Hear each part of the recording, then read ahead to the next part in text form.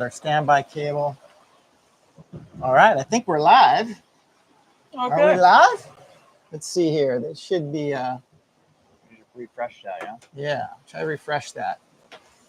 Hey guys. Is it working? There it is. We're live. We're good. What's up, everybody? We did it. 2 Starlinks in the queue. Ripped mainsail that's being nursed back to Honolulu. A dodgy genset. Yeah, it's been real, but it's all good. So this is working. We want to kind of wait just a little bit, just to let some of our other viewers come in. This is our round 2. So we had a bunch of people queued up for the first live. And unfortunately, that just didn't go as planned. YouTube made a change with their legacy platform, which we were using, and then blah, blah, blah. Bottom line is, it just didn't work out. So here we are. Here we are. One camera. So yeah, so for you guys that are just starting to join us, we're running a chat. So if you guys have some questions, you can enter it into the chat. And hopefully people actually show up this time. Well, people showed up last time. Yeah, they did. We had like, yeah, a decent amount. But this is definitely the relaunched live. So I'm not sure how many people got the word. Yeah, we'll see. How many are on now? I don't know. Try to refresh that and see if what's showing. One watching. Okay. Steve. So, okay, Steve Hardy. Oh, how's it? How far are you from Honolulu? Last I looked, we were about 420 miles. Let's take a look. 411 miles now. We were expecting to arrive in Honolulu on Sunday based on what's happened with our mainsail and our sail plan. That might change things. We're not able to run as deep and as direct to Honolulu as possible.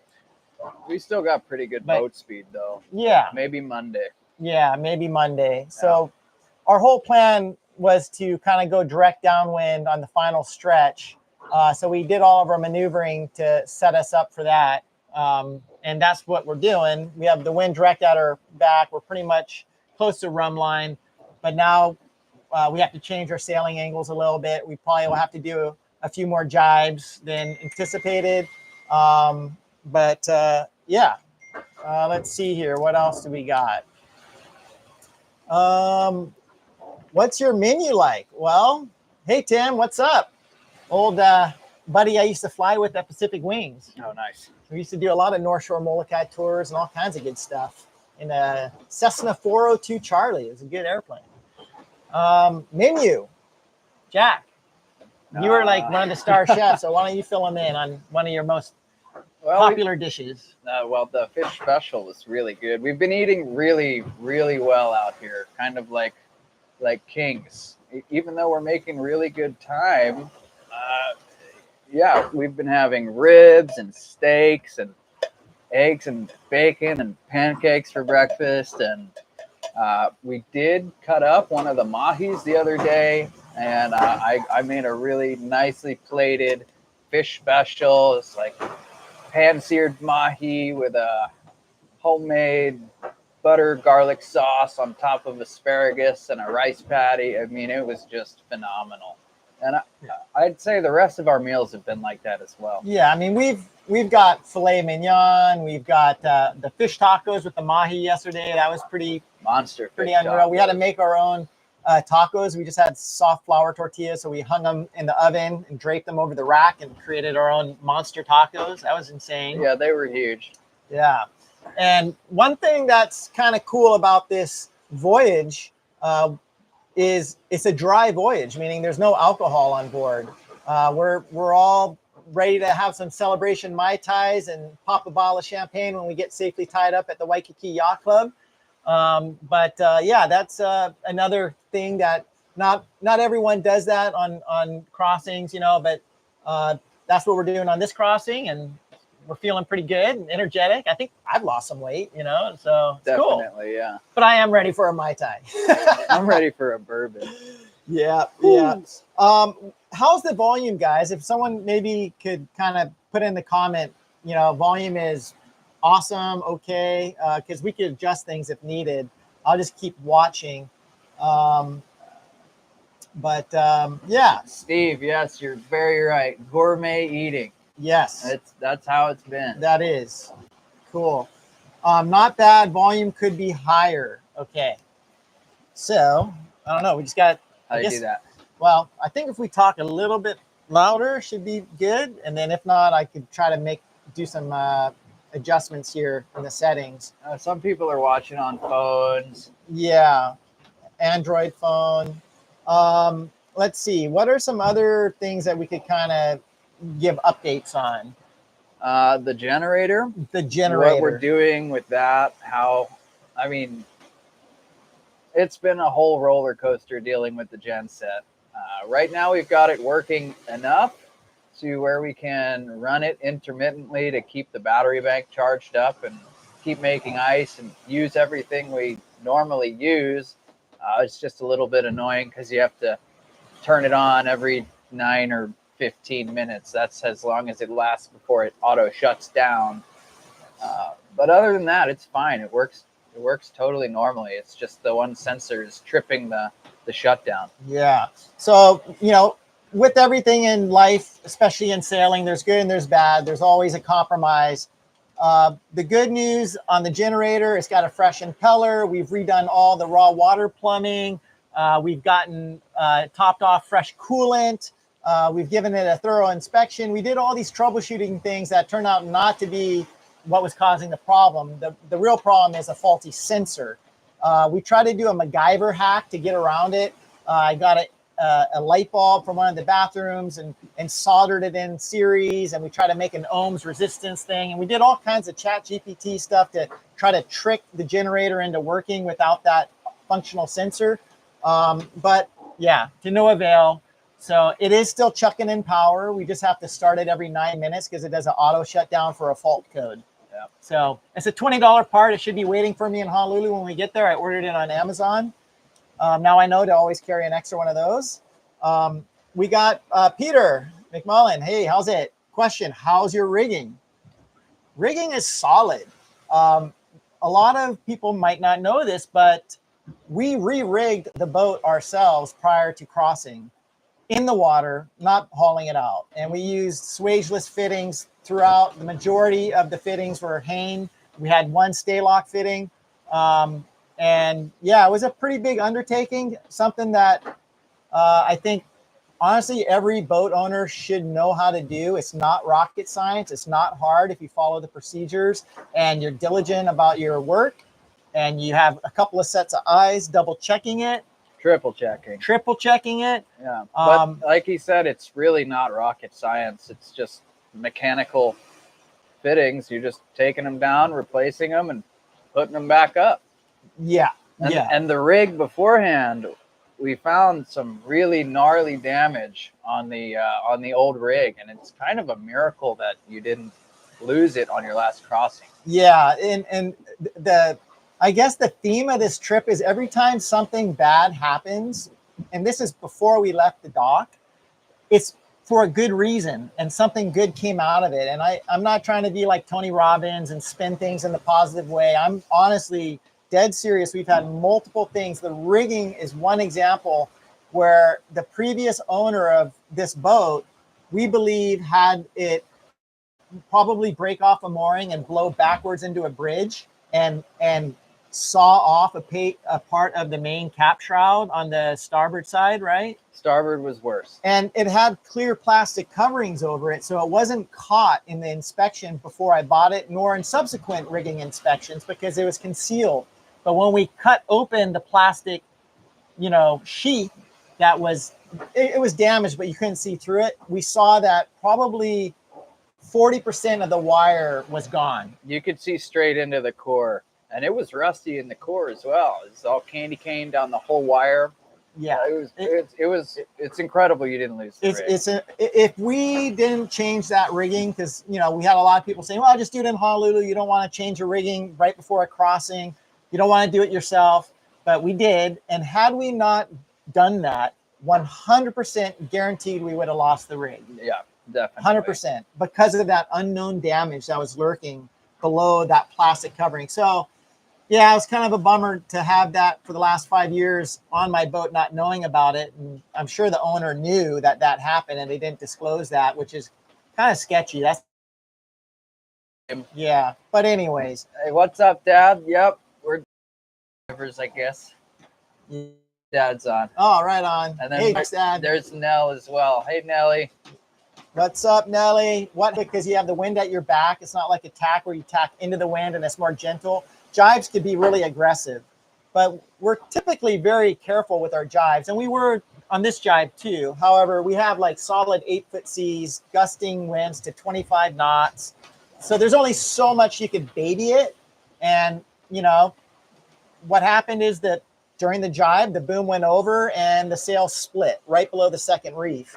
And yeah, we caught it all on camera, which was cool. Yeah, we got it on Instagram already. Yeah. So check it out there. It's a pretty nuts video. I mean, you watch the sail go over and then it's just, and then there's some profanity, of course. Yeah, sorry. It's fine. I mean, we're good. The fact that it ripped right under the second reef point, we're able to use the sail in the second reef. So we just changed course and opened the head sail and we're moving. We're moving. Yeah. We're I mean, right if you guys haven't done so already, which I know a lot of you guys have, you could follow us along on our tracking link. Hey, Mom. Yep, we'll shout you out too. What's up? Sorry. Anyways, continue. Hey, Jack's mom. You raised a good son, Mom and Dad. Yeah, he's awesome. So yeah, we're going 6 to 7 knots right now, which is on par with what we were doing. Yep. So yeah, it's all good. Let's see. What else? What was some of the other kind of weird things that happened that turned out to be a blessing in disguise? Well, this was a blessing in disguise. The fact that it happened during daylight hours with all crew on board, we were able to deal with the situation, assess it with daylight, figure out a remedy, and continue to sail. If it happened in the middle of the night during a squall, it would have been a whole different story. Yeah, no thanks. So it was a blessing that it happened when it did. And, you know, the sails are 10 years old. They're factory sails. We've asked a lot of them. They've crossed the Pacific Ocean 3 times. They've come through the Panama Canal. They've survived a hurricane over the with Atlantic. Mike, our first mate, who's up on the helm right now. It's kind of making sure we're safe. But he was on board and that. But yeah, let's see what else. Check the text I sent you about green on the trip. Okay, so Vinny, what's up? Yeah, I'm not sure what that is, but I'll look at it. No, I got to read his text. Oh, well, he's talking about, talk about green. How much have you been going through? I've recently on this trip gotten into green. I've been a heavy coffee guy. I still like coffee, don't get me wrong. What is green, you ask? Well, he'll tell you all about it. He knows. I mean, it's his thing. Yeah, no, that's, let him know. Yeah, that's the logo that you see, and it's a functional, organic, hydrating electrolyte energy product. So it's designed to kind of replace sports drinks and hydration products and your coffee or your energy drink. But it's certified organic, it's super clean, and yeah, that's my wife Nelly and I's side business. It kind of keeps us going in the business space. It's cool to share it with crew. Jack was an avid coffee drinker, and the cacao is my favorite. It's like hot chocolate with caffeine. So if you're gonna try it, I suggest that one. Yeah, it's good. So the coconut cacao is a hot one, and then we have 3 cold ones for the afternoon. That's more like an energy drink replacement. So yeah, thanks, Vinny. Yeah, Vinny's our main man in Hawaii for green. So it's a good talking point. Yeah, definitely. What's the name, Steve Hardy? Oh, of the product, it's green. So the website is drinkgreendaily.com. So drinkgreendaily.com, and you can check out what that's all about. Yeah, I'll throw in like a discount code somewhere later on in the comments if people want to try it out. Yeah, let's see. Shift patterns. Okay. Well, it's pretty interesting shift pattern. So we do 3 hours in the day, 2 hours each at night. That has been working pretty well. So we each get a different shift every time. So it rotates throughout the day. You got anything to add to that? Yeah, well, so basically from 8 p.m. to 8 a.m. is 2-hour shifts. And then, you know, other than that is 3-hour shifts. So that's our start and finish point is 8 p. We start the night shifts, and 8 a. we start the day shifts. So, yeah. And everyone just rotates. So there's 4 crew on board. We're supposed to have 5, but there's a last minute emergency with one of the crew members. And so they had to pull out at the last minute, which kind of worked out well because we have an extra cabin that we're storing all of our tools and supplies in, and overflow for provisioning. And yeah, it would have been a lot tighter without that open cabin. So again, it kind of worked out well. Another blessing in disguise. Another blessing almost. in surprise. Yeah. Let's see. As far as fishing goes, yeah, we got to talk about our fishing. Mm-hmm. Yeah, we've got 7 fish on board to date. So 6 mahis. And 1 ono, or dolphin fish for the mainlanders, and wahoo is the ono. Yep. So we've kept 2 mahis and we've kept 1 big ono. The other mahis we threw back because they were kind of small and we had plenty of fish. But we are planning to keep fishing on the way to Honolulu and hopefully show up at Waikiki Yacht Club with a bunch of fish to share with friends and family. We are expecting to arrive probably Sunday night, but we got to do a reanalysis based on our revised sail plan and our course. It still might be possible. Yeah, I think so. We're moving. Yeah. Yeah. But yeah, I mean, I think other than that, what else? Anything else to add? Trying to think about it. I've been trying to think about that. For those who are interested in this boat, what it is, you know, how big it is and all that. It's a 2014 Fontaine Pajot, which is made in France. Obviously, it's a catamaran. It's a 48-foot model. The beam is 26 feet wide. Has 4 cabins, and yeah, it's one thing to talk about is, I guess, our sustainability and our, you know, how we survive out here. Drinking water, we have a holding tank, but we also have a fresh water maker. So we desalinate the salt water and turn it into drinking water. So we produce our own drinking water on board.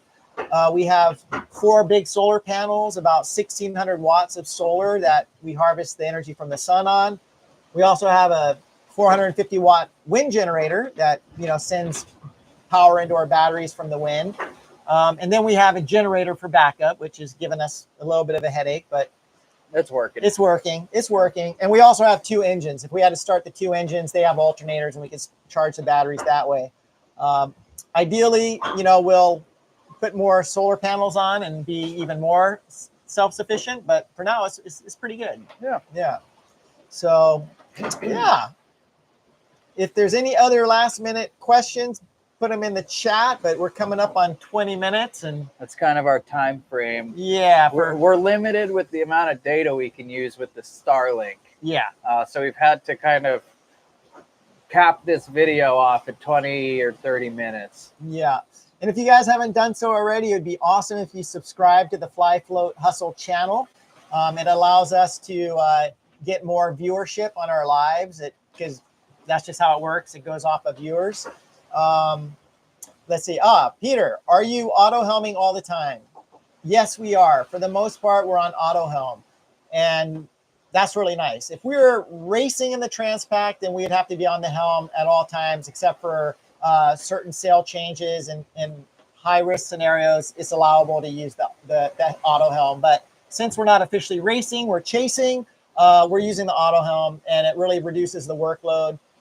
We wanted this crossing to be an adventure and a challenge, but we also wanted to have fun and not be stressed the whole time. So if we were manually helming, it would be a lot of work, a lot of stress. It'd be a way different trip. It would be a way different trip. And it would be a lot more dangerous, to be honest with you, I think. The auto helm does a really good job of maintaining course.